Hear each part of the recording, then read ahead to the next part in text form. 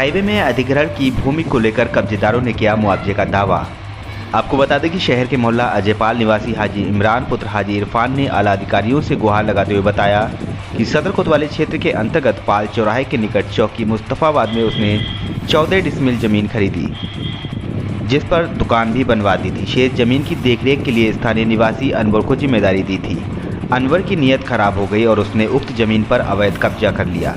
पीड़ित के मुताबिक निर्माणाधीन राष्ट्रीय राजमार्ग में अधिग्रहण की गई भूमि संख्या 504 से कुल क्षेत्रफल 710 का आधा भाग अनवर का है, जबकि गाटा संख्या 504 में अधिग्रहण की गई भूमि 134 वर्ग मीटर का अनवर मालिक है। उक्त जमीनों को राष्ट्रीय राजमार्ग में अधिग्रहण होने के बाद अनवर की नीयत खराब हो गई और उसने उक्त जमीनों को अपना बताते हुए मुआवजे के लिए अर्जी दे दी, जबकि राष्ट्रीय राजमार्ग में अधिकृत की गई भूमि का कानूनी तौर पर मालिकाना हक इमरान के पास है। उक्त जमीनों का बैनामा और इंतखाब अनवर के नाम पर है। इमरान ने जमीन के वास्तविक दस्तावेजों को दर्शाते हुए जिलाधिकारी और पुलिस अधिकारियों से कब्जा दखल के लिए गुहार लगाई है। इसके साथ ही मुआवजे की रकम का भी दावा किया है। कैन 24 के लिए आलम कुरैशी की रिपोर्ट। एक डीएम साहब को आपने प्रार्थना पत्र दिया है, पूरा मामला क्या है?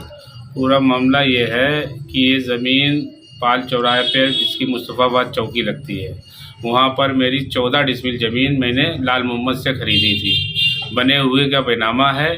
और ये ज़मीन मैंने जब ख़रीदी थी तो अनवर हुसैन को मैंने ये ज़मीन देख रेख के लिए सौंप दी थी कि आप इसको देखना, उसको ऊपर जो भी है वो करते रहना।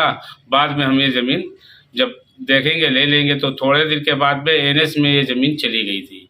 18 तारीख को मुझे पेपर में जब मालूम हुआ कि ज़मीन आपकी एनएस वालों ने ले ली है, तो मैंने अनवर से कहा कि भैया अब ये ज़मीन का मुआवजा हमें मिलना चाहिए। तो ये बोला कल तुम्हारी ज़मीन ही नहीं है, मुआवजा तो मैं उठाऊंगा।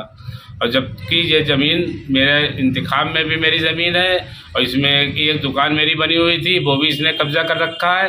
अब ये हमको धमकियाँ दे रहा है छोड़ने की, छोड़ ही नहीं रहा ज़मीन मेरी। इंतखाब के अलावा कोई और दस्तावेज बैनामा आपके पास है? मेरे लिए बैनामा भी है और बने हुआ का बैनामा है और इंतखाब में मेरा दाखिल खारिज भी है और सब कुछ है मेरे पास में। कोई कागज, मैंने काफ़ी टाइम से डीएम एसडीएम कप्तान को सबको एप्लीकेशनें दे चुके हैं, मेरी उसमें कोई सुनवाई नहीं हुई। अब ये मुझे कह रहा था कि सरकार जब इलेक्शन के पहले कहने लगा अगर मेरी सरकार आ जाएगी तो हम तुमको एक कतरा भी ज़मीन नहीं देंगे और ज़्यादा करोगे तो अभी हमने एक मर्डर करवाया इस ठिकाने में, हम वो भी करवाने के दम रखते हैं। तो इस समय योगी का बुलडोजर चल रहा है, आप योगी सरकार से क्या उम्मीद रखते हैं? अब मुझे बाबा जी से बहुत उम्मीदें हैं कि वो बहुत अच्छा काम कर रहे हैं मुख्यमंत्री जी। और हमने ये भी देखा उनके भेदभाव नहीं है, वो मुसलमान हो चाहे कोई भी हो, वो भूमि माफियों को चैन से बैठने नहीं दे रहे हैं। और हमें उम्मीद है बाबा जी से कि मेरी ज़मीन बाबा जी खाली करवा देंगे।